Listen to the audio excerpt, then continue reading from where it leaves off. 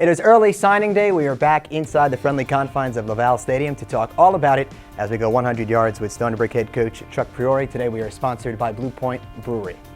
Coach, before we delve into some of the new guys, 10 new guys that have signed with Stony Brook today, how important is this portion of the season, even when the team might not be on the field playing against another team?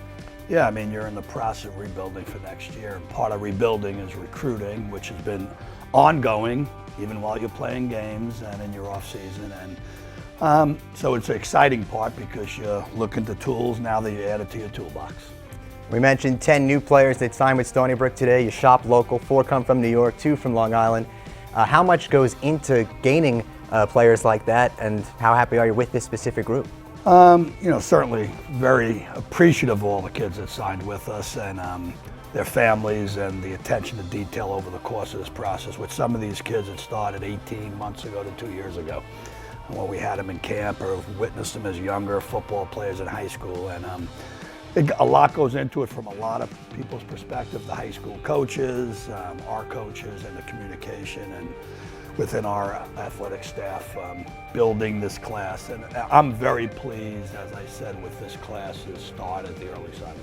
It includes 3 from New Jersey, 2 from Pennsylvania, and 1 from DC. You scattered the board, 5 on offense, 5 on defense. How do you see these guys trying to fill some of the team needs as they work towards next season? You know, I think you hope most of the freshmen don't have to play on Saturdays come next year, and traditionally we've been able to stick to that, where they've played some.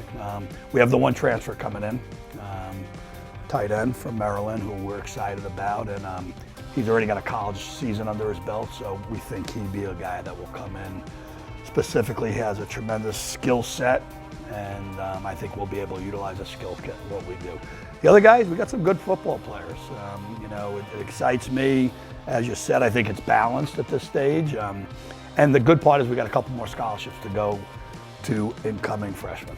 You've been through this process plenty of times, especially on this campus. What do you like so much about this process, and how has it kind of changed or tinkered over the years?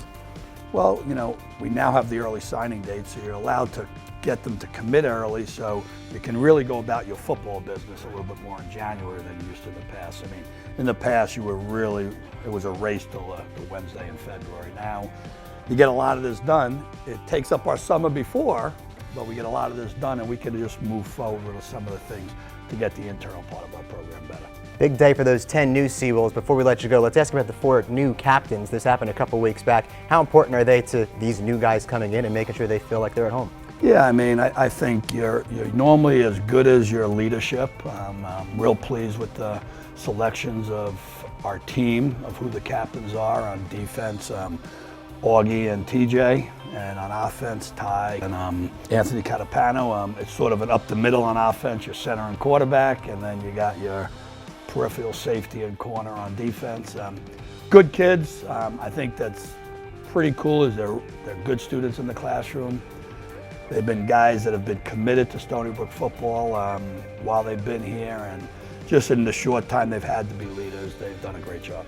10 new Seawolves. Man to my left, he'll be back here for his 15th season. Season starts just around the corner. You can get your information at stonybrookathletics.com/tickets. As always, Coach, thanks for the time. Thank you, sir.